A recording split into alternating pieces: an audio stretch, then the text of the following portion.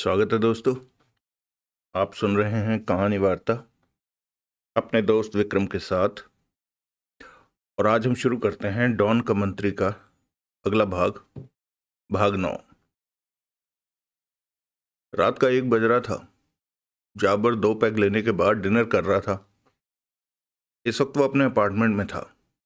उसके साथ एक औरत रहती थी जो खाना बनाने का और देखभाल का बाकी काम किया करती थी। वो पाकिस्तान की थी। उसे नहीं मालूम था कि जाबर क्या काम करता है। यहां पर जाबर से मिलने कभी कोई नहीं आया था। 5 सालों से वो जाबर के साथ थी। जाबर खाना खाकर हटा ही था कि फोन बजा। जाबर ने हाथ साफ किए और पास रखा फोन उठाकर बात की। हेलो जाबर साहब, मैं सूरज बोल रहा हूं। कहो। मुझे काम दिया गया था कि मालूम करूं सारा के घर पर हमला किसने करवाया था। बोलो। वो हमला हमारे ही आदमियों ने किया था। जाबर की आंखें सिकुड़ी। क्या कहते हो?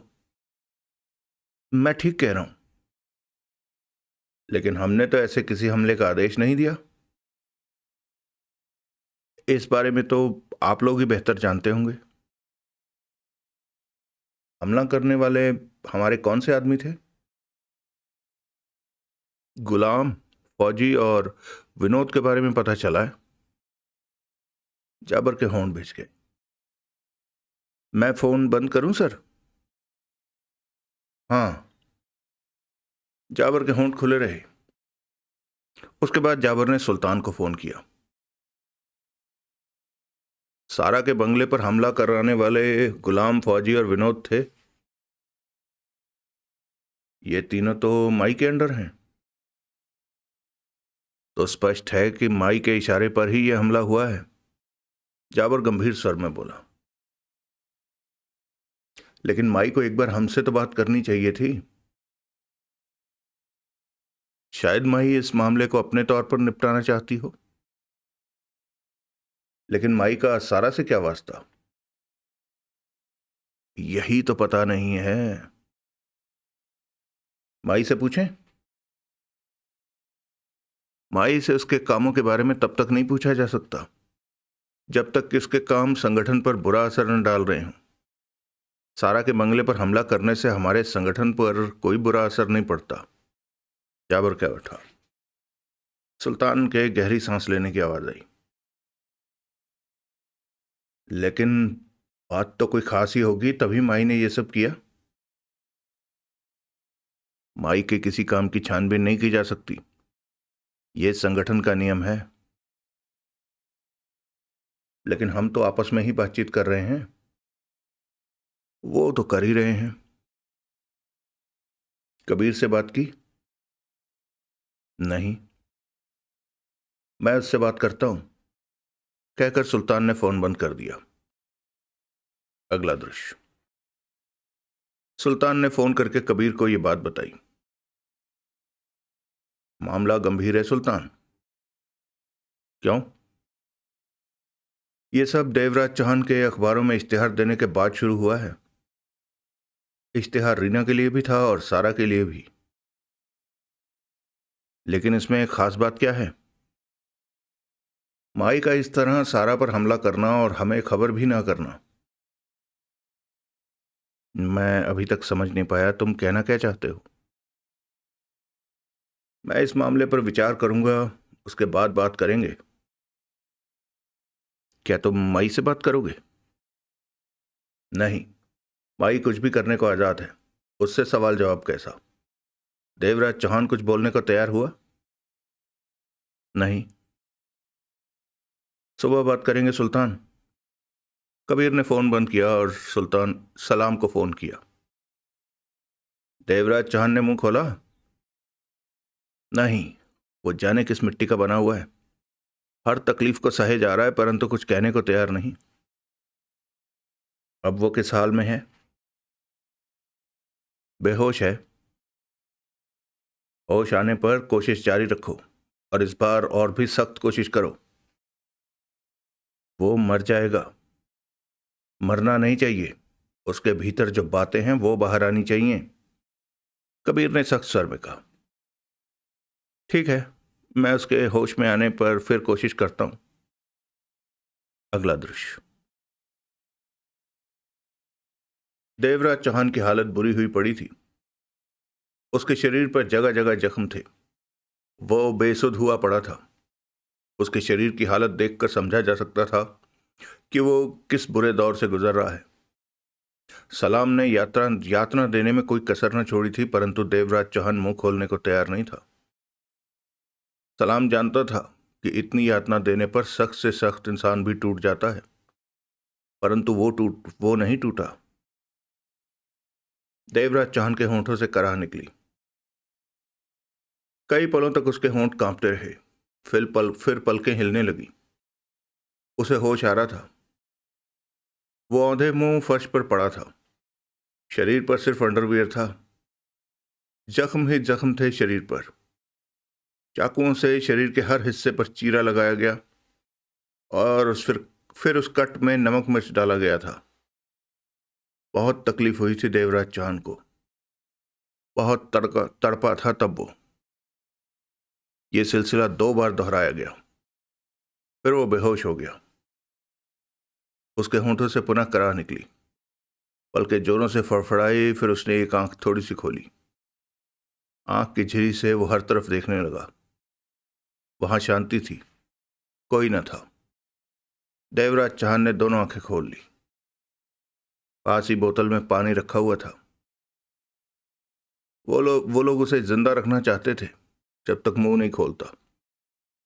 देवराज चौहान अभी भी शरीर में तीव्र पीड़ा महसूस कर रहा था। कभी कभी तो पीड़ा की तीव्र टीस उठती कि पूरा शरीर कांप जाता। कुछ देर वो वैसे ही पड़ा रहा। फिर उसने खुद को संभाला और हाथ बढ़ाकर पानी की बोतल थाम ली। किसी तरह ढक्कन खोला और मुंह ऊपर करके 2 घूंट गले में उतारे। उसके बाद बोतल रख दी। करवट लेकर पीठ के बल सीधा हो गया। वहां एक बल्ब जल रहा था जिसकी रोशनी फैली हुई थी। देवराज चौहान ने देखा, दरवाजा बंद था। देवराज चौहान सोचने लगा कि गलती से इन लोगों के हाथ में पड़ गया। तब उसने समझा था कि माई के लोग कुछ बातचीत के लिए उसे ले जाना चाहते होंगे और झगड़ा करना ठीक न समझकर चल दिया और फंस गया। ये जो जानना चाहते थे उसे बताने पर उसे इनकार नहीं था, परंतु पहले वो जानना चाहता था कि मामला क्या है। उसके अखबारों में इश्तिहार देने पर माई के लोगों को ये जानने की क्या जरूरत पड़ गई कि रीना सारा के इश्तिहार उसने क्यों दिए हैं, या किसने रीना को तलाश कराने का काम सौंपा। देवराज चौहान की निगाह में रोशनी का नाम बताना भी ठीक नहीं था, क्योंकि रोशनी ने उससे वादा लिया था कि वो उसके बारे में किसी को नहीं बताएगा। यूं वो रोशनी के बारे में बता भी देता, परंतु उसे पता तो चले कि वो किन हालात में है। माई के लोग ये सब क्यों कर रहे हैं। रीना बनाम सारा के बारे में तो वो नहीं बताना चाहता था, क्योंकि उसे लग रहा था कि मामले में अवश्य कुछ खास है और बिना कुछ जाने उसका मुंह खोलना ठीक नहीं था। लेकिन देवराज चौहान को अब महसूस होने लगा था कि माई के लोगों से बच निकलना आसान नहीं था। तभी दरवाजा खोले जाने का स्वर सुनाई दिया। लेटे ही लेटे देवराज चौहान ने गर्दन दरवाजे की तरफ गर्दन घुमाई। सलाम के साथ 3 लोगों को उसने भीतर प्रवेश करते देखा। बेहोश है अभी तक? सलाम का स्वर था ये। अब तक तो इसे होश आ जाना चाहिए था, कहते हुए एक आदमी उसकी तरफ बढ़ा। देवराज चौहान उसे देखता रहा। वो पास आया। नजरें मिली। होश में है? सलाम पास आ पहुंचा। मानना पड़ेगा देवराज चौहान, सलाम कह उठा। ढीठ हो बहुत, मुंह खोलने को तैयार नहीं हुए। देवराज चौहान उसे देखता रहा। लेकिन ये सब ज्यादा देर तक नहीं चलेगा। जो तुमसे पूछा जा रहा है उसका जवाब तो देना ही पड़ेगा। देवराज चौहान ने कुछ नहीं कहा और उठकर बैठने लगा। सलाम ने उसे सहायता दी बैठने में। सिगरेट दो, देवराज चौहान बोला। सलाम ने सिगरेट सुलगाकर उसे दी। देवराज चौहान ने कश लिया। मुंह खोलने का इरादा है? सलाम ने पूछा।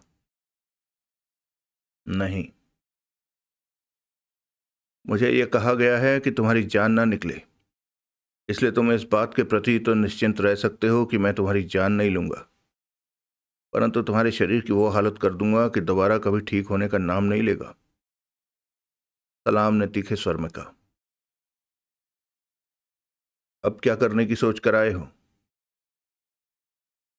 तुम्हारे शरीर पर बूंद बूंद करके तेजाब डाला जाएगा। सलाम का स्वर खतरनाक हो गया।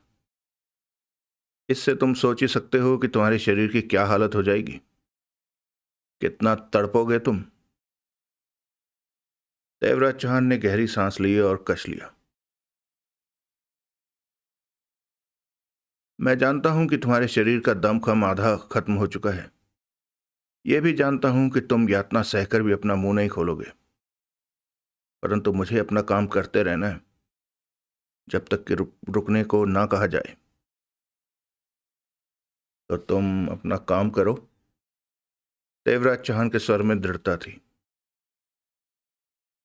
माने हुए डकैती मास्टर हो तुम, काबिल आदमी हो, समझदार भी हो। क्यों अपना शरीर खराब करवाते हो? तुमसे जो पूछा जा रहा है वो बता दो। सस्ते में जान छूट जाएगी देवराज चौहान। जिद करने के लिए पूरी जिंदगी पड़ी है। तुम अपना काम करो। देवराज चौहान का सर सख्त था। जैसी तुम्हारी। सलाम।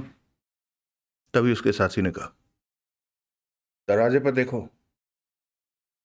सलाम फौरन घूम गया। सबकी निगाह उस तरफ गई। वहां कोई खड़ा था। बड़ा कमरा होने की वजह से बल्ब की कम रोशनी दरवाजे तक नहीं पहुंच रही थी। पैंट कमीज पहनी हुई थी उसने। खास बात तो ये थी कि नकाब में उसका चेहरा ढका हुआ था। वो खास तरह का नकाब था जो कि सिर्फ चेहरे को ही ढांप रहा था। नकाब के पीछे की तरफ इलास्टिक की बेल्ट थी। कौन हो तुम? सलाम के हाथ में रिवॉल्वर नजर आने लगी थी। यहां तक कैसे पहुंच गए? वो आगे बढ़ा। सलाम के 3 साथियों ने भी रिवॉल्वरें निकाल ली। अगले ही पल उन्हें एहसास हुआ कि वो कोई औरत है। उसकी छातियों ने इस बात का एहसास दिलाया था। माई हूं मैं। कुछ कदम भीतर आकर वो ठिठकी। एकाएक गहरा सन्नाटा छा गया वहां। सबकी निगाह उस पर थी। तुम्हारे कहने से मैं इस बात को नहीं मान सकता कि तुम माई हो, सलाम हिम्मत करके बोला। जवाब में माई ने अपना बायां हाथ आगे कर दिया। मेरी निशानी देख लो। सलाम आगे बढ़ा। वो सावधान था। पास पहुंचकर उसने हाथ की उंगली में पड़ी 8 मुंह वाली अंगूठी देखी। सलाम ने फौरन रिवॉल्वर जेब में रखी। यह देखकर उसके तीनों साथियों ने भी रिवॉल्वर वापस रख ली। हुक्म दीजिए। सलाम उसी पल सिर झुकाकर कह उठा। बाहर जाओ, दरवाजा बंद कर दो। मेरी इजाजत के बिना कोई भीतर ना आए। मैं कैदी से बात करना चाहती हूं, माई बोली। अगले ही पल सलाम और उसके तीनों साथी बाहर निकलते चले गए। दरवाजा बंद हो गया। और देवराज चौहान? देवराज चौहान के मस्तिष्क में धमाके गूंज रहे थे। इस आवाज को वो लाखों में पहचान सकता था। रोशनी की आवाज थी ये, जिसने रीना को तलाशने का काम उसके हवाले किया था। रोशनी? माई? ये सब हो क्या रहा है? तुम मुझे यहां से निकालने आई हो रोशनी? देवराज चौहान कह उठा।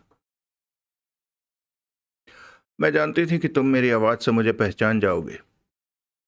कहने के साथ ही उसने चेहरे पर लगा रखा नकाब उतारा और कुछ दूर पड़ी कुर्सी उठा लाई और उस पर बैठ गई। देवराज चौहान फर्श पर बैठा रहा। रोशनी को सामने देखकर हैरान था। दोनों की निगाहें मिली। ये सब क्या हो रहा है रोशनी? देवराज चौहान की आंखें सिकुड़ी। तुम्हारी हालत पर मुझे दुख है, रोशनी धीमे स्वर में बोली। तुम माई हो? देवराज चौहान ने पूछा। हाँ, मैं ही दुबई वाली माई हूं। देखता रह गया देवराज चाहन उसे। मुझे यकीन नहीं आ रहा कि तुम माई हो। देवराज चाहन ने गहरी सांस लेकर कहा। यकीन ना आने की क्या बात है, रोशनी बोली। मैं तुम्हारा काम कर रहा था, रीना को ढूंढने का। मालूम है, और तुम्हारे ही आदमियों ने मुझे पकड़कर यातनाएं दी। दुख है मुझे। तुमने अपने आदमियों को रोका क्यों नहीं? नहीं रोक सकती। क्यों? यह मामला ही ऐसा है। कैसा मामला? रोशनी कुछ पल चुप रही, फिर कह उठी। जब से मुझे खबर मिली कि मेरे आदमियों ने तुम्हें पकड़ लिया है, तब से मेरी नींद हराम हो गई है। क्यों? मैं जानती हूं कि तुमने इन्हें कुछ नहीं बताया। रोशनी ने देवराज चौहान को देखा। मुझे बताने में कोई एतराज नहीं, लेकिन पहले मुझे इस बात की जानकारी तो हो कि बात क्या है, क्या हो रहा है। रोशनी खामोश रही। तुम बताओ मुझे, ये सब क्या हो रहा है? रोशनी के चेहरे पर गंभीरता आने लगी। क्या मैं इस बात की आशा रखूं कि सारा मामला जानकर तुम मुंह नहीं खोलोगे? इसका फैसला तो सब कुछ जानने के बाद ही होगा। मैं तुम्हारे पास इसलिए आई हूं कि तुम्हें कह सकूं कि अपना मुंह मत खोलना। तुम कहना चाहती हो कि अभी भी मुझे कैद में रहना होगा? हाँ, मेरी हालत देख रही हो। ये तुम्हारे आदमियों ने इस मामले पर, मेरा उन पर बस नहीं है। रोशनी झल्ला कर कह उठी। तुम माई हो, उनकी बड़ी। बड़ी जरूर हूं, परंतु संगठन के नियम के मुताबिक इस मामले में मेरा दखल देना ठीक नहीं है। देवराज चाहन माई को देखने लगा। यह सारी मुसीबत मेरी गलती की वजह से पैदा हुई है। कैसी गलती? मुझे रीना की तलाश नहीं करवानी चाहिए थी। तुम मुझे सारा मामला बताओगी? रोशनी ने देवराज चाहन को देखा, फिर कह उठी।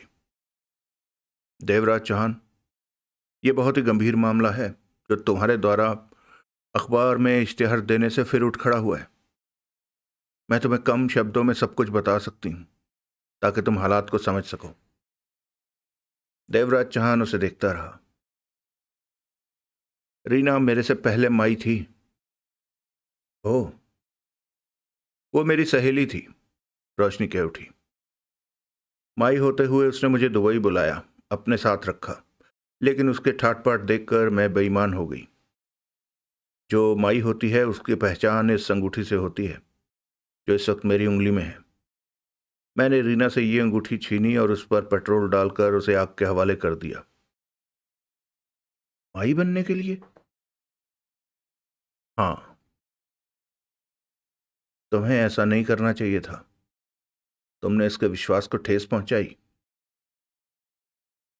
तब मेरे सिर पर माई बनने का भूत सवार था। और अब मेरी समझ में आ चुका है कि माई बनकर साधारण जिंदगी खत्म हो जाती है। दौलत तो बहुत आ जाती है, परंतु उसे इस्तेमाल नहीं किया जा सकता। माई की जिंदगी ही ऐसी है। मुझे रीना ने यह बात कही थी, लेकिन तब मैं उसकी बात समझ नहीं सकी थी। मुझ पर माई बनने का भूत सवार था, लेकिन माई बनने के बाद मेरी समझ में आ गई। देवराज चांद ने कुछ न कहा। रीना जल रही थी, चीख रही थी। तब हम बोट में थे और वो समंदर में कूद गई। मैंने उसे समंदर में बहुत ढूंढा, परंतु वह नहीं मिली। तब मुझे यही लगा कि वह मर गई है। क्योंकि उसकी लाश नहीं देखी तो मन के कोने में उसके जिंदा होने का वहम भी रहा। खैर, मैं रीना से सुन चुकी थी कि माई कैसे बना जाता है। मैं उसकी बताई बातों के साथ चली और माई बन गई। परंतु संगठन का एक नियम है। क्या? जब तक पहले वाली माई जिंदा हो, नई माई नहीं बना जा सकता। नई माई को उसके मरने का सबूत देना होगा। अगर सबूत ना दे सके तो इस बात की जिम्मेवारी अपने ऊपर होती है कि माई मर चुकी है। ऐसे में अगर भविष्य में पुरानी माई जिंदा निकल आती है तो संगठन के नियम के मुताबिक पहली और नई दोनों माइयों को संगठन खत्म कर देता है। क्यों? पहली माई को इसलिए कि वो अपना ओहदा सफलता से नहीं संभाल सकी और उसके जिंदा रहने से संगठन के राज बाहर जा सकते हैं। नई माई को इसलिए मार दिया जाता है कि उसने संगठन से झूठ कहा कि पुरानी माई जिंदा नहीं। समझा। तो तुम इसलिए रीना को तलाश करवा रही थी कि अगर वो जिंदा हो तो चुपके से उसे खत्म कर सको। हाँ। देवराज चौहान ने गहरी सांस ली। कुछ चुप रहकर रोशनी ने कहा, लेकिन यह बहुत बड़ा इत्तेफाक रहा कि रीना जले शरीर के साथ हिंदुस्तान पहुंच गई। वहां प्लास्टिक सर्जरी करवाकर अपना जला शरीर ठीक करवाया और चेहरा भी बदलवा लिया।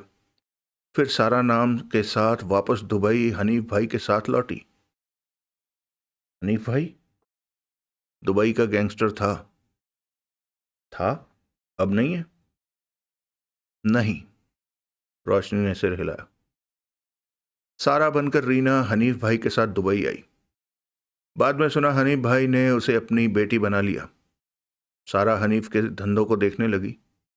साल भर बाद हनीफ भाई को किसी ने मार दिया। उसके बाद सारा उसके धंधों की मालकिन बन गई। मुझे सब खबर रहती है, परंतु मैं ये कैसे सोच सकती थी कि सारा ही रीना है।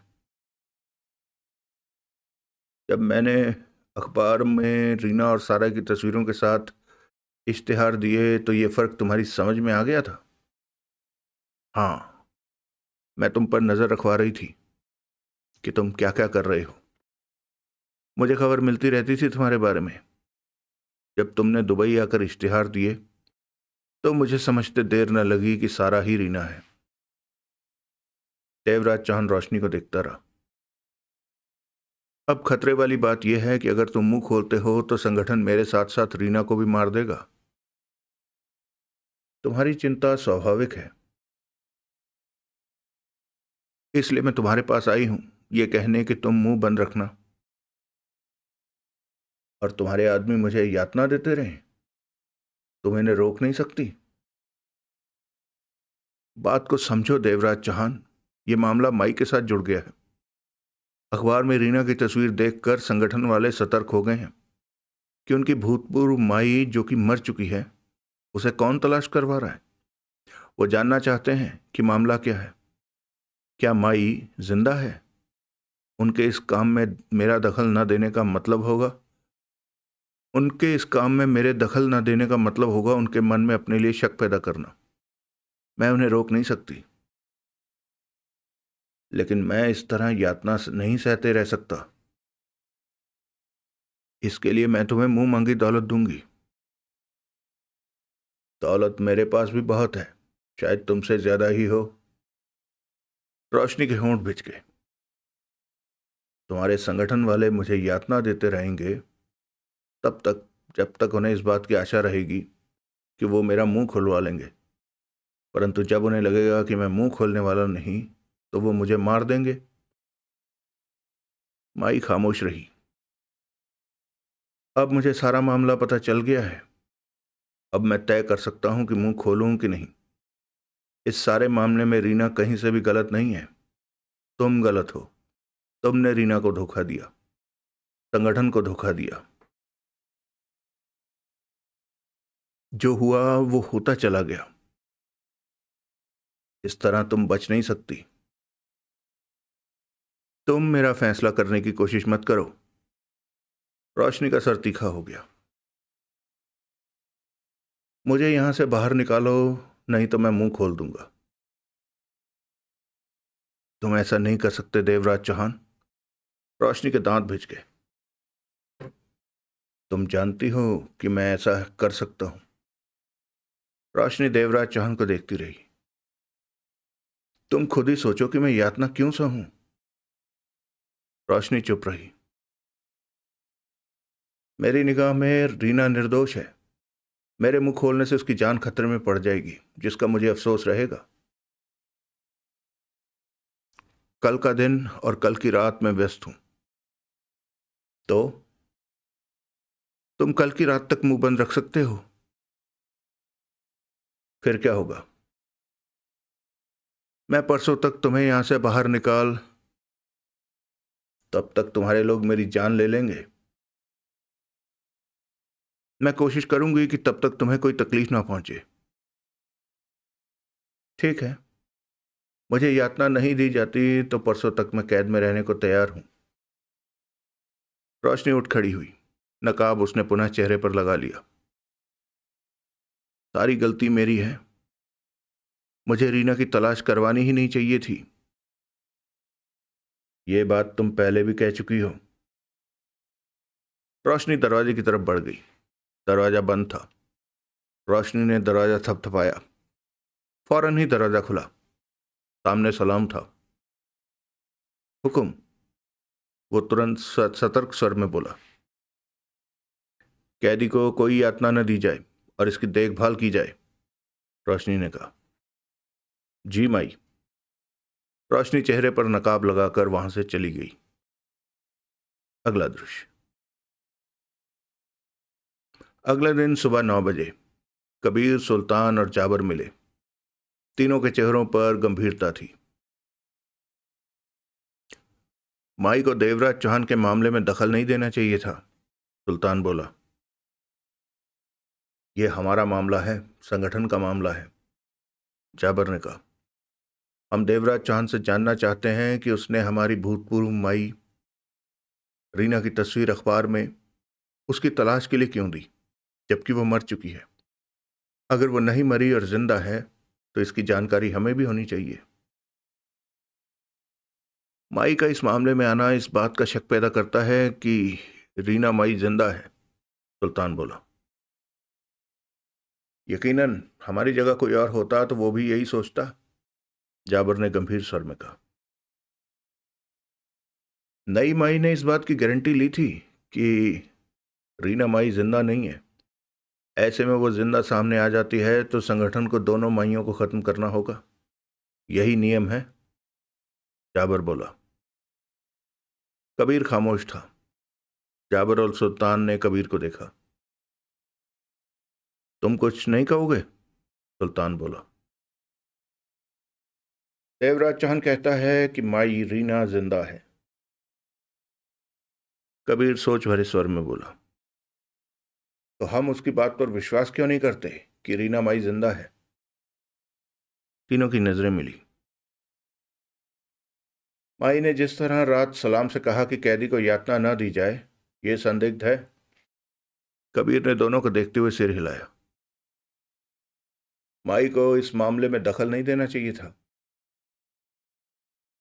मुझे तो लगता है कि माई जानती है कि पहले वाली माई जिंदा है। देवराज चौहान का रीना से अवश्य कोई वास्ता है, और रात माई देवराज चौहान के पास इसलिए गई कि उसे मुंह बंद रखने को कह सके, जाबर बोला। फिर तो हम ये भी कह सकते हैं कि माई की देवराज चौहान से भी पहचान है, तभी तो देवराज चौहान माई की बात मानेगा। तीनों कुछ देर खामोश रहे। हमें माई से स्पष्ट बात करनी चाहिए, कबीर बोला। हम माई से मीटिंग करेंगे।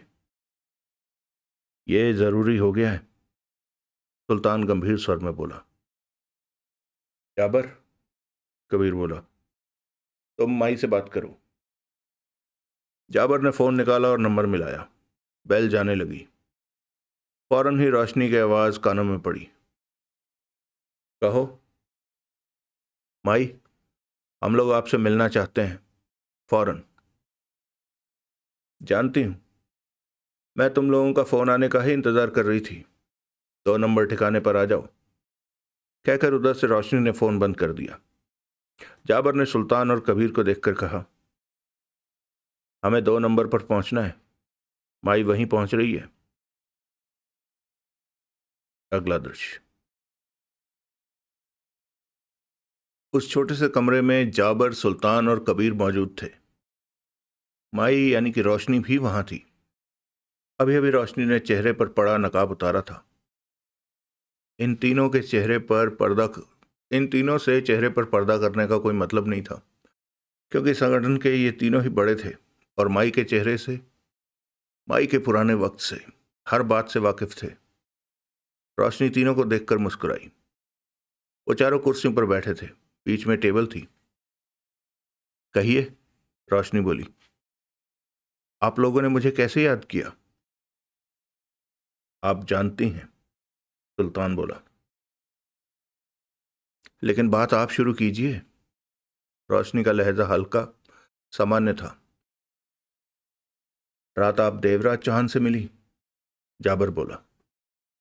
जी हां। आपने सलाम से कहा कि देवराज चौहान को कोई यातना न दी जाए? सुल्तान बोला। हां, मैंने ऐसा ही कहा, रोशनी मुस्कुराई। और आपको पता है कि हम देवराज चौहान से क्या जानना चाह रहे हैं? कबीर बोला। मालूम है, उससे रीना के बारे में पूछा जा रहा है कि उसने रीना का इश्तिहार अखबार में क्यों दिया। फिर तो आपको देवराज चौहान के पास नहीं जाना चाहिए था, क्योंकि हम उस रीना के बारे में जानकारी प्राप्त करने की चेष्टा कर रहे हैं जिसके बारे में आप कह चुकी हैं कि वो जिंदा नहीं है। हाँ, वो जिंदा नहीं है, लेकिन देवराज चौहान कहता है कि वो जिंदा है। वो ऐसा ही कहेगा, रोशनी मुस्कुराई। तीनों की नजरें मिली, फिर रोशनी के चेहरे पर जा टिकी। रोशनी मुस्कुरा रही थी। आप अपने जवाब को हमारे सामने स्पष्ट करेंगी? जैसे कि आप कह रही हैं रीना जिंदा नहीं है, परंतु ये भी कहती हैं कि देवराज चौहान यही कहेगा कि रीना जिंदा है। आप जो भी इस बारे में कहना चाहती हैं कह दीजिए। आप लोगों का मुझ पर शक करना जायज है, क्योंकि आप पूरे हालात नहीं जानते, रोशनी ने शांत स्वर में कहा। सच बात तो यह है कि देवराज चौहान को मैंने ही रीना की तलाश पर लगाया था। आपने? जाबर चौंका। यह तो हमारे लिए हैरानी वाली बात है, कबीर ने कहा।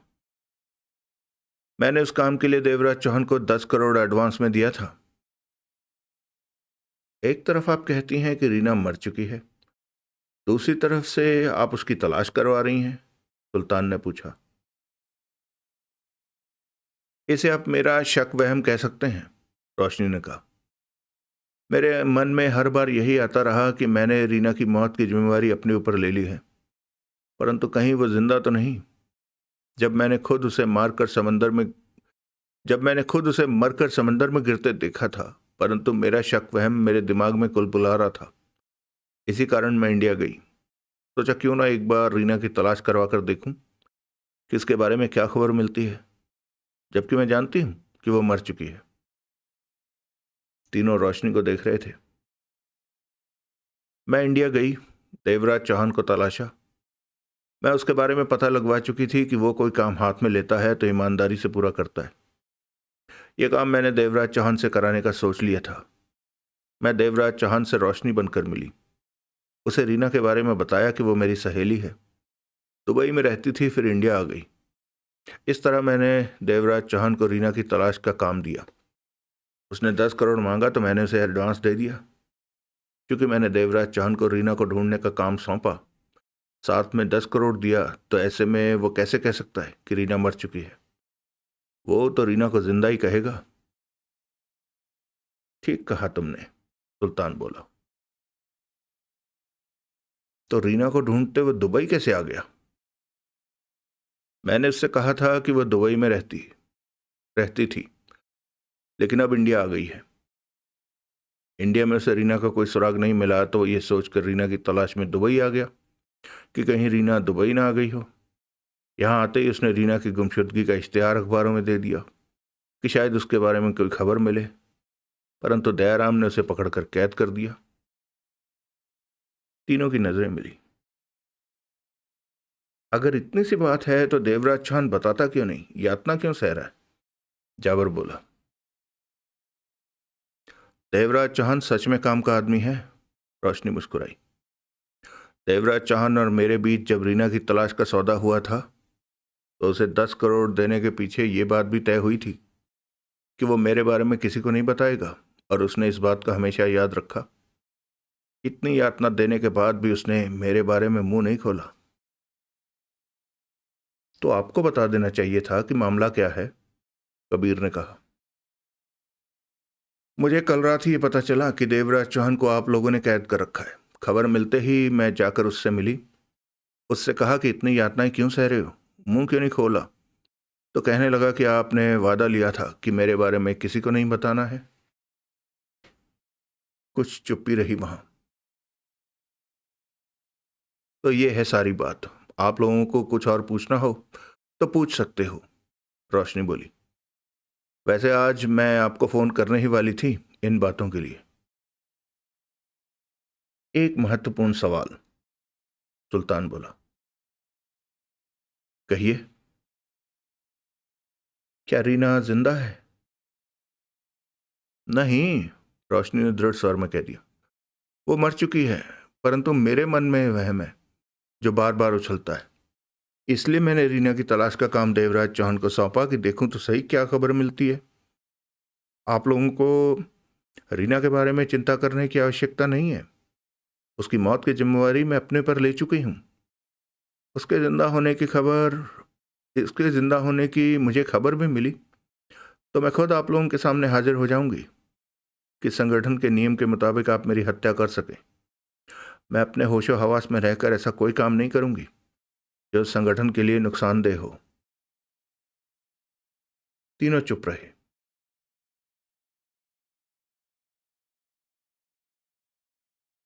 आप लोगों को अब भी किसी तरह का शक बाकी है तो आप रीना की मौत की छानबीन कर सकते हैं। जब तुमने रीना को मारा तब तुम्हारे साथ कौन था? कबीर ने पूछा। खान नाम का आदमी था। वो कहाँ मिलेगा? मैंने उसे उसी दिन गोली मार दी थी। उसकी लाश समंदर में फेंक दी थी और बोट को खुद ही किसी तरह चलाकर किनारे पर ले आई थी। ये बात शुरू से आपको बता चुकी हूं। तो अब देवराज चौहान के बारे में क्या किया जाए? जो आप मुनासिब समझे। वो ये जान चुका है कि आप माई हैं, एकाएक सुल्तान बोल पड़ा। मेरे ख्याल से देवराज चौहान पर विश्वास किया जा सकता है, रोशनी ने कहा। वो उन लोगों में से नहीं है जो दूसरों के राज खोलते हैं। आप देख ही रहे हैं कि कितनी यातना सहने के बाद भी उसने मेरे बारे में नहीं बताया। तो आप चाहती हैं कि देवराज चौहान को छोड़ दिया जाए? जाबर ने पूछा। मैं तो यही चाहती हूं। यह मेरा फैसला नहीं है, फैसला आप लोगों को ही करना है, रोशनी बोली। जाबर ने सुल्तान और कबीर को देखा। आज हमारे पास काफी काम है, शाम को पार्टी है। देवराज चौहान का मुद्दा कल पर छोड़ दिया जाए, कबीर बोला। उसके बारे में फुर्सत से फैसला करेंगे। ठीक है, सुल्तान बोला। कबीर ने माई से कहा। जो बातें हम जानना चाहते थे वो जान गए हैं। सब कुछ बताने का शुक्रिया। मैंने जो किया वो मेरा फर्ज था। अब मैं जा सकती हूं, रोशनी बोली। क्यों नहीं? रोशनी बाहर निकल गई। ये मामला तो कुछ भी नहीं था, सुल्तान ने कहा। माई को बता देना चाहिए था कि रीना के बारे में वो देवराज चौहान से छानबीन करा रही है, कबीर बोला। बात खत्म। माई को एतराज नहीं तो उसे छोड़ देना ही बेहतर है। इस पर कल बात करेंगे, सुल्तान ने कहा। तीनों उठ खड़े हुए।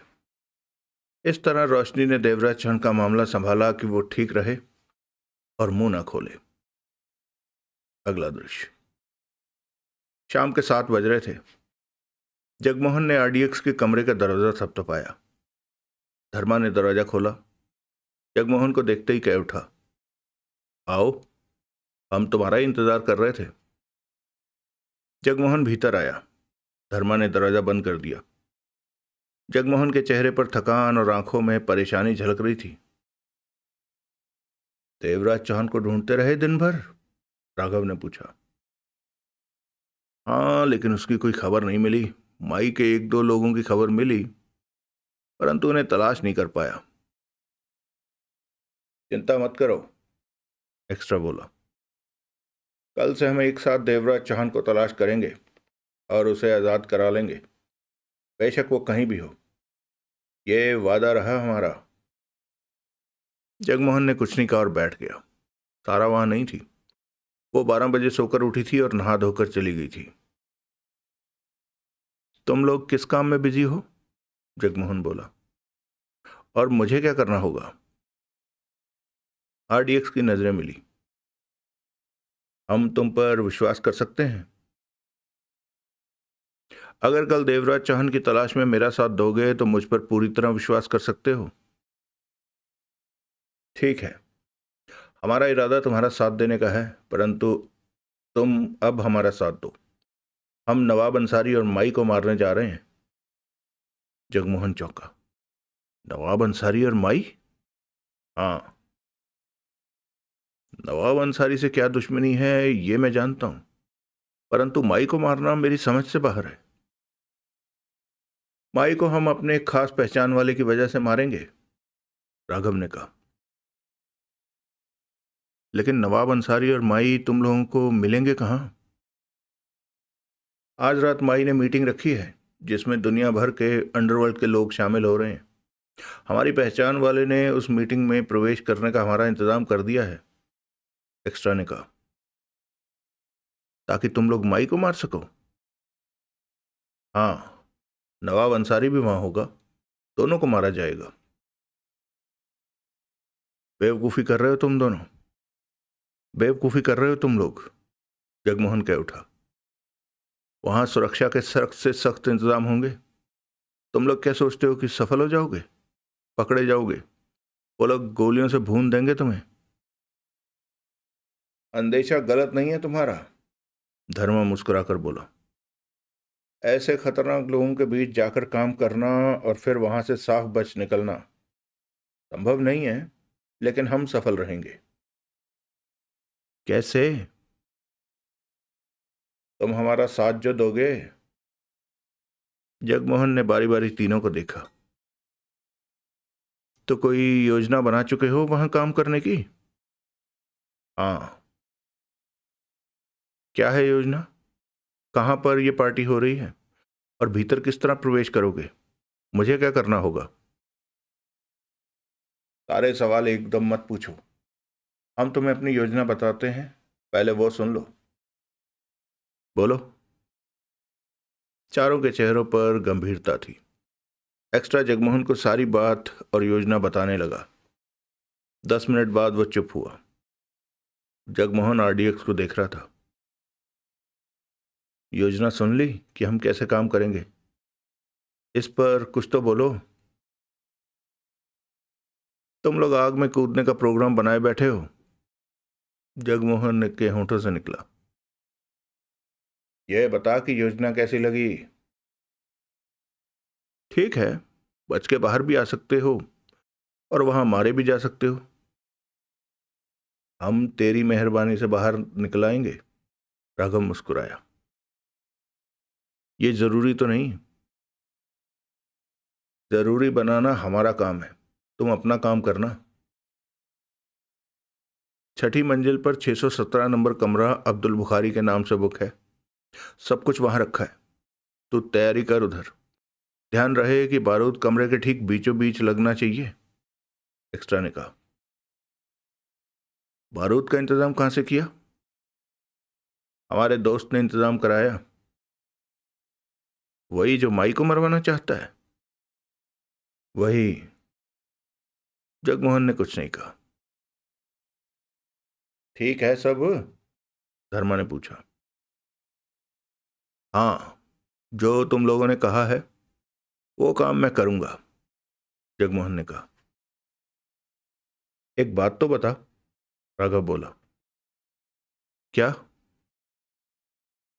देवराज चौहान ने रीना और सारा के बारे में माई के लोगों को बता दिया होगा। मुझे क्या पता कि उसके साथ क्या हो रहा है। माई के आदमी देवराज चौहान को इसलिए लेकर गए हैं कि वो जान सके कि देवराज चौहान ने सारा और रीना के बारे में अखबारों में इश्तिहार क्यों दिए हैं, वो क्यों तलाश कर रहा है उन्हें। तुम लोगों को ये बात कैसे मालूम? मालूम हो गई। रीना और सारा के बारे में और क्या जानते हो? यही कि सारा रीना का दूसरा रूप है। रीना ने प्लास्टिक सर्जरी करवाकर चेहरा बदल लिया है। ये बात तुम लोग कैसे जानते हो? तुम भूल गए कि हम सारा को जानते हैं। समझा। सारा ने तुम लोगों को बताया कि पहले वो रीना थी? जगमोहन बोला। हाँ, लेकिन माई को रीना या सारा में क्या दिलचस्पी जो उसने देवराज चौहान को मंगवा लिया? आरडीएक्स की नजरें मिली। रीना और सारा का तगड़ा वास्ता है माई से, राघव बोला। परंतु ये बात तुम्हें कल बताएंगे। आज की रात बीत जाने दो, हमें काम कर लेने दो। हमसे तुम्हें कई कई बातें पता चलेंगी। कोई खास बात है क्या? जगमोहन ने पूछा। खास ही समझो। जगमोहन ने फिर कुछ नहीं पूछा। तुम्हें अब अलबुस्तान रोटाना होटल के 617 नंबर कमरे में चले जाना चाहिए, धर्मा ने कहा।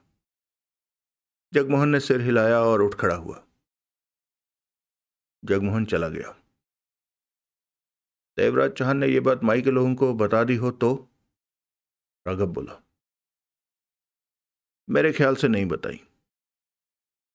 कैसे कह सकते हो? देवराज चौहान ये बात माई के लोगों को देवराज चौहान ने यह बात माई के लोगों को बता दी होती तो अब तक वो पूरे दुबई में सारा की तलाश करवा रहे होते। सारा को यह बात मालूम हो गई होती और उसने हमें बता दिया होता। ये तुमने ठीक कहा। अब हमें अपने काम की तरफ ध्यान देना चाहिए, बाकी बातें कल करेंगे। धर्मा कह उठा। आज रात नवाब अंसारी का शिकार करना है, माई का शिकार करना है। इस काम में हर हाल में सफल होना है। अगला दृश्य। रात के 10 बज चुके थे। रोज की तरह 5 स्टार होटल अलबुस्तान रोटाना सजा हुआ था, परंतु आज वहां लोगों का आना जाना कुछ ज्यादा ही था। पार्किंग में चमचमाती कारों की कतारें थी। वहां पार्किंग अटेंडेंट के साथ माई के 2 हथियारबंद आदमी भी घूम रहे थे। होटल के चप्पे चप्पे पर माई के आदमियों का घेरा था, परंतु ये बात होटल के चंद बड़े अधिकारियों के अलावा और किसी को नहीं पता थी। लोगों को रोज की तरह सब कुछ सामान्य नजर आ रहा था। 5वीं मंजिल तक जाने के लिए 2 लिफ्टों को रिजर्व कर रखा था। 5वीं मंजिल पर जाने वाली उन 2 लिफ्टों का इस्तेमाल कर सकते थे। 5वीं मंजिल पर जाने वाले ही उन 2 लिफ्टों का इस्तेमाल कर सकते थे। मुख्य द्वार पर माई के आदमी मौजूद थे, चंद खास मेहमानों को रिसीव करने के लिए। जब कोई खास मेहमान आता तो वो उसे अपने साथ ले जाकर ऊपर छोड़ आते। सारे काम सिलसिलेवार हो रहे थे। पार्टी का टाइम 8 बजे का था। 7 बजे मेहमान आना शुरू हो गए थे। अब तक 40 मेहमान आ चुके थे। होटल के पोर्च में एक टैक्सी आकर रुकी। टैक्सी के पीछे वाली सीट पर राघव मौजूद था। सिर पर लंबे बालों वाली विग थी, जिसके पीछे की तरफ छोटी सी चुटिया बांध रखी थी और होठों पर मूछें थी। किराया देकर वो उतरा तो टैक्सी आगे बढ़ गई। इस हालत में उसे देखकर पहचान पाना कठिन था। वो मुख्य द्वार पर ठिठका। वहां दरबान के अलावा माई के 4 लोग सूट पहने खड़े थे। आपने कहाँ जाना है सर? माई के आदमी ने पूछा। मैं आपको क्यों बताऊं? राघव ने शांत स्वर में कहा। क्या यह होटल का नियम है कि आने वाले को प्रवेश करने से पहले बताना होगा कि उसने कहां पर जाना है? ऐसी बात नहीं है सर, हम तो आपकी सहायता के लिए खड़े थे। राघव भीतर प्रवेश कर गया। वो लिफ्ट के पास पहुंचा। लिफ्ट खाली मिली। भीतर अटेंडेंट था। 5वीं मंजिल, लिफ्ट में प्रवेश करके राघव ने कहा। अटेंडेंट ने लिफ्ट चालू कर दी। चंद ही पलों में 5वीं मंजिल पर पहुंचकर लिफ्ट रुकी। राघव बाहर निकला। वहां 2 आदमी मौजूद थे। वेलकम सर, एक ने मुस्कुराकर कहा। माई की तरफ से हम आपका स्वागत करते हैं।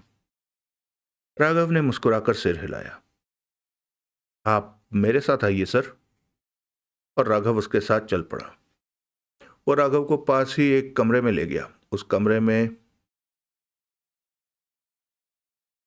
कमरे में 6 आदमी मौजूद थे। वहां टेबल कुर्सियां रखी हुई थी। हर कोई अपने काम में व्यस्त था। वो कपड़ों से शरीफ परंतु चेहरे से खतरनाक लग रहे थे। मुझे यहाँ क्यों लाया गया है? राघव ने पूछा। यहाँ आपकी पहचान की जाएगी। तभी एक आदमी उनके पास पहुंचा और मुस्कुराकर राघव से बोला, आपका कार्ड सर। राघव का दिल धड़का। अगर लिस्ट में नाम ना हुआ तो ये लोग उसे छोड़ने वाले नहीं थे।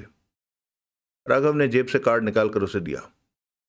उस व्यक्ति ने कार्ड को चेक किया, फिर बोला, आपका नाम?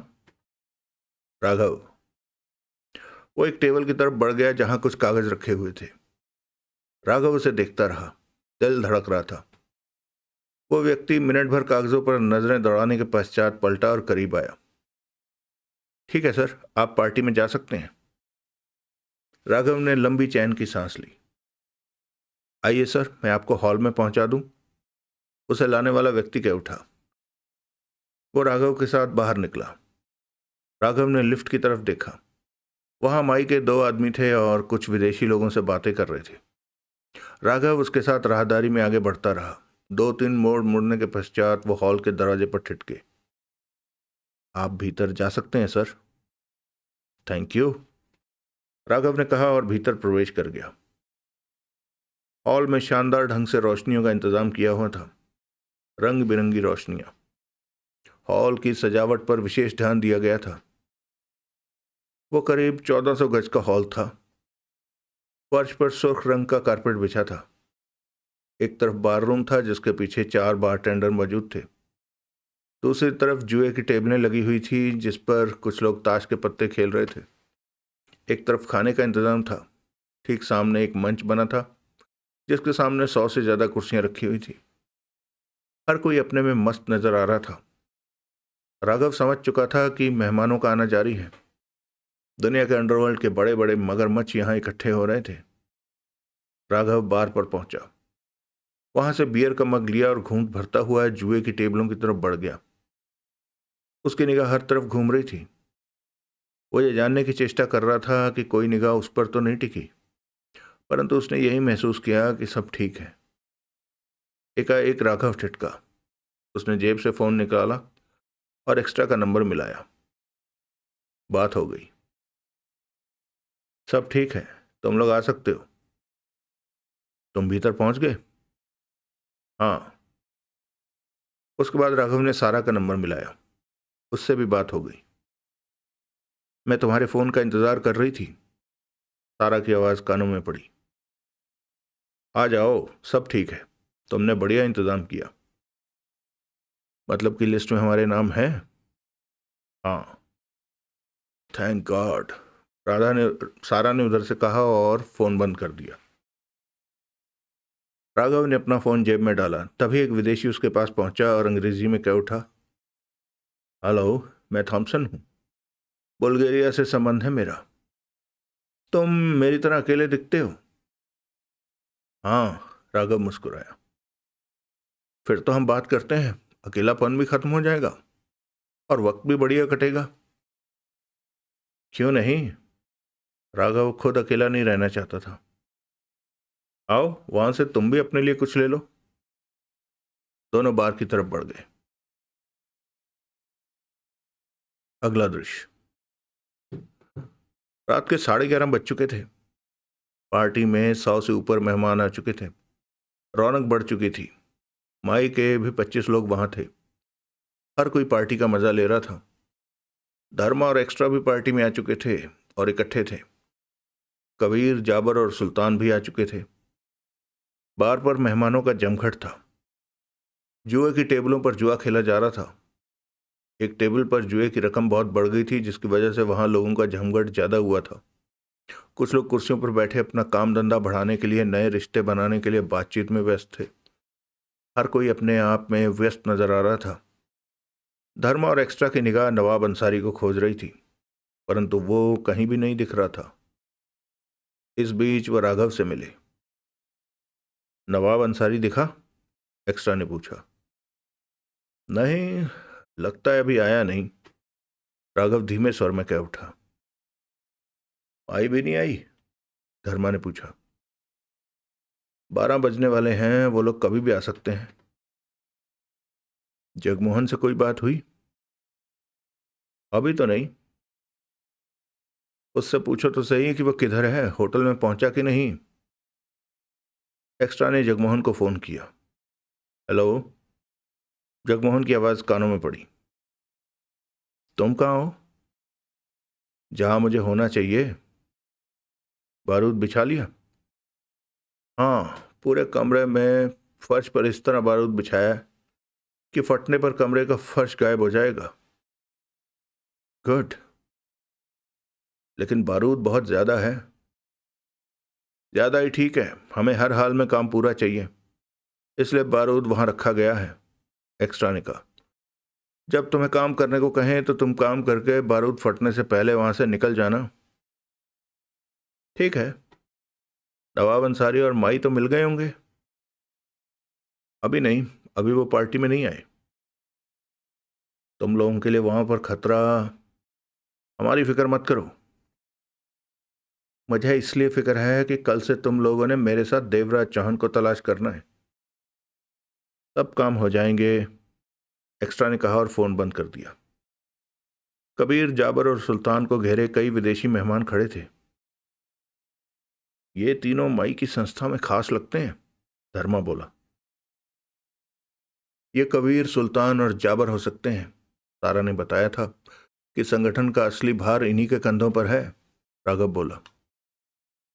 तभी एक्स्ट्रा चौंका, फिर संभल गया और फिर धीमे स्वर में बोला, वो रहा नवाब अंसारी। राघव और धर्मा की निगाह घूमी। वो नवाब अंसारी ही था जिसने अभी अभी भीतर प्रवेश किया था। बंद गले का सफेद कोट, वैसी ही पैंट, अपने खूबसूरत चेहरे में वो चमक रहा था। उसके साथ दो और लोग भी थे। नवाब अंसारी के आते ही पार्टी में जैसे जान आ गई हो। सब उसी की तरफ लपके, क्योंकि नवाब अंसारी माई का पैसा विदेशों में मुनाफे के सौदों पर लगाता था, इसलिए ज्यादातर विदेशी मेहमान उसे जानते थे। देखते ही देखते नवाब अंसारी विदेशी मेहमानों से घिर गया। किसी से हाथ मिला रहा था तो किसी से गले मिल रहा था। अब पार्टी की चहल पहल बढ़ गई थी। आरडीएक्स की आंखों में खूंखारता के भाव नजर आने लगे थे। हमारा शिकार आखिर पहुंच ही गया, राघव ने कठोर स्वर में कहा। मैं उसे नहीं छोड़ूंगा। इसने मेरी मां बहन की जान ली थी। धर्मा की आंखों में जैसे खून उतर आया था। अपने पर काबू रख, एक्स्ट्रा दबे स्वर में बोला। चेहरा ठीक रख। किसी ने तेरे चेहरे को, भावों को पढ़ लिया कि तेरे इरादे ठीक नहीं है तो हमारी सारी मेहनत पर पानी फिर जाएगा। धर्मा ने किसी तरह अपने पर काबू पाया। इसे कैसे खत्म करें? एक्स्ट्रा बोला। नजर रखो, मौका मिलेगा, राघव ने इधर उधर नजरें दौड़ाते हुए कहा। चंद पल तीनों में चुप्पी रही। किसे ढूंढ रहा है? सारा को, राघव बोला। उसने कहा था वो मेकअप में आएगी, हम उसे पहचान नहीं सकेंगे। वहां पर 25 के करीब औरतें थी। मेरे ख्याल से अब माई भी आने वाली होगी, धर्मा कह उठा। ज्यादा देर नहीं लगी, माई भी आ गई। सफेद पैंट और सफेद कमीज में, चेहरे पर नकाब था। माई के वहां प्रवेश करते ही सबका ध्यान माई की तरफ हो गया। खेल बंद हो गया। विदेशी खतरनाक मेहमान माई के पास पहुंचने लगे। हाथ मिलाया जाने लगा, बातें होने लगी। आधा घंटा इसी तरह धीमा सा शोर रहा। फिर धीरे धीरे सब सामान्य होने लगा। लोग अपने अपने कामों में व्यस्त होने लगे। तभी नवाब अंसारी मंच पर जा चढ़ा। एक तरफ रखा माइक हाथ में थाम लिया। हॉल के दरवाजे बंद कर दिए गए। लोग मंच के पास इकट्ठे होने लगे। मैं आप सबका शुक्रिया अदा करता हूं कि आप लोग दुबई में आए, माई की इज्जत बढ़ाई। मुझे पूरा विश्वास है कि एक दूसरे से मिलकर आप लोगों ने अपने धंधे की प्रगति के बारे में बात की होगी। इसी विचार के तहत ऐसी पार्टियां हम लोगों में अक्सर होती रहती हैं कि दूसरे देशों में रहकर भी हम लोग मिलकर काम करें, और किन्हीं लोगों के बीच कोई गलत फहमी पैदा हो गई हो तो उस गलत फहमी को दूर करने का भी अच्छा मौका होता है।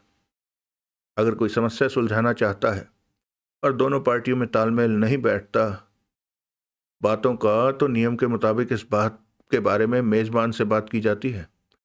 मेजबान हर संभव कोशिश करेगा कि दोनों पार्टी में किसी तरह का राजीनामा हो जाए। नवाब अंसारी ठिठका। हर तरफ खामोशी रही। सबकी निगाह नवाब अंसारी पर ही थी।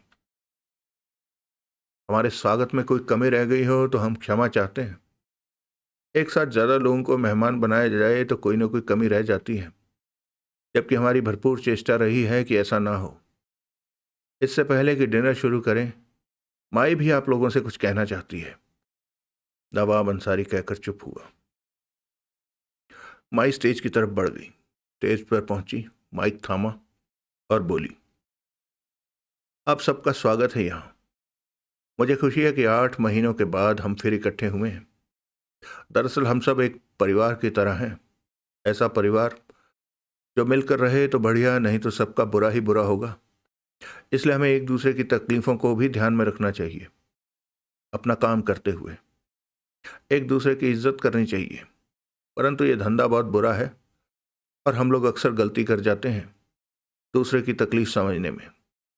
हर कोई अपना साम्राज्य बढ़ाना चाहता है ताकि अंडरवर्ल्ड की दुनिया में उसका नाम ज्यादा हो, इसलिए दूसरों के संगठनों पर कब्जा जमाना चाहता है। गहरी खामोशी थी वहां। हर कोई माई के बातों को ध्यान से सुन रहा था।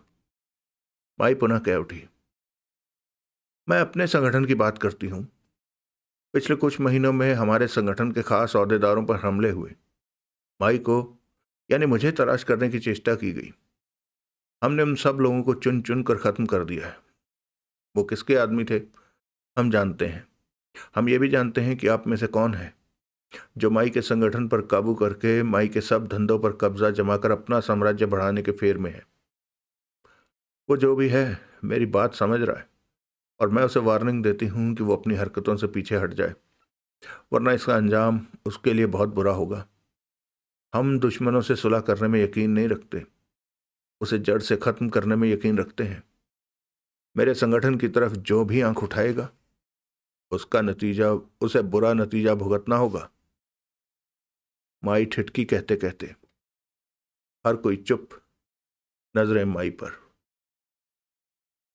बातें और भी होंगी, माई पुनः बोली, लेकिन डिनर के बाद। आज की रात बातों के लिए ही है। इसके बाद माई स्टेज से नीचे उतर आई। डिनर शुरू हो गया। चलिए दोस्तों, फिलहाल इस कहानी को आज यहीं रोकते हैं।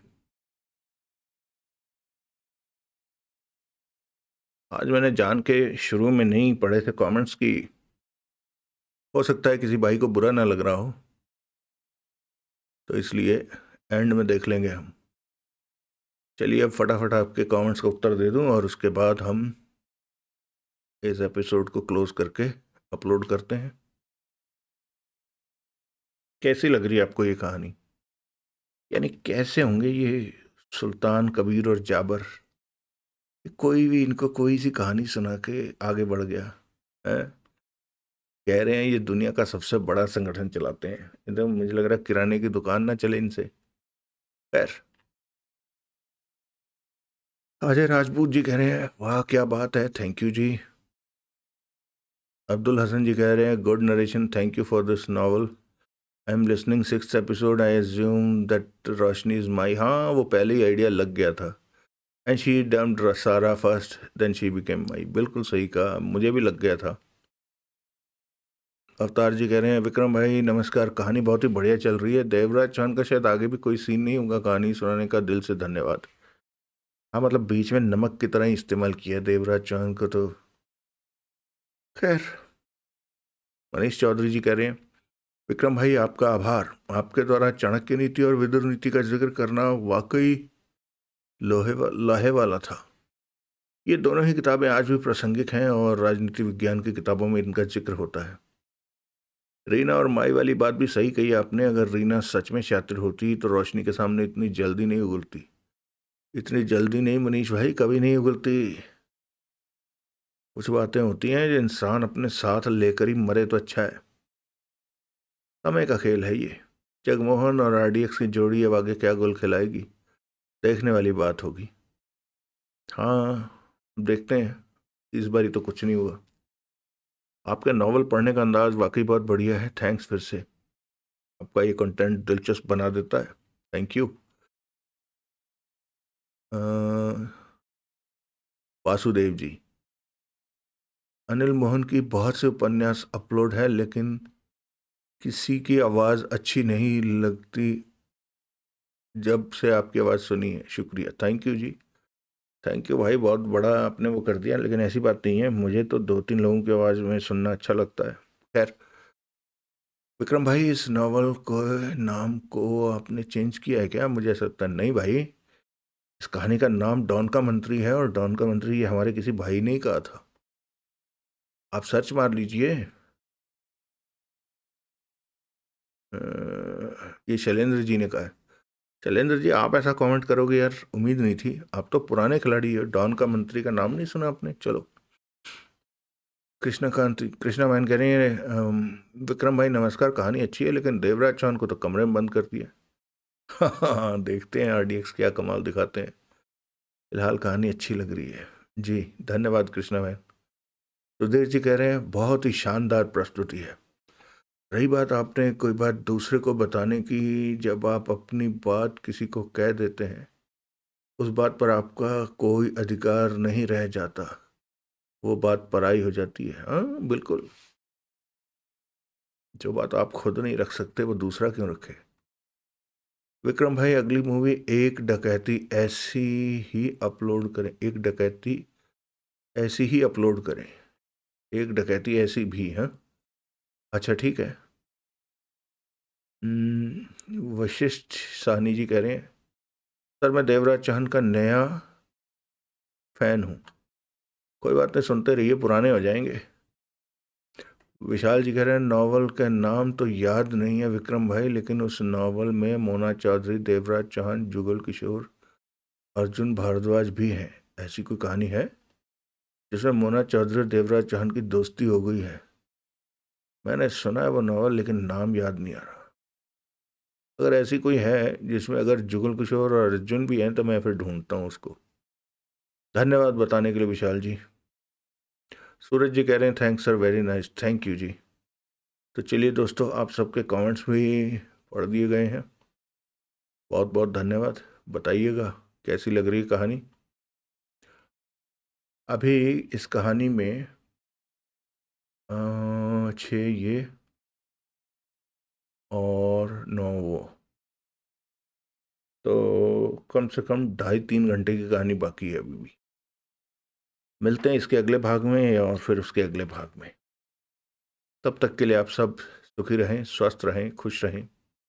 जय हिंद, वंदे मातरम, जय श्री राम।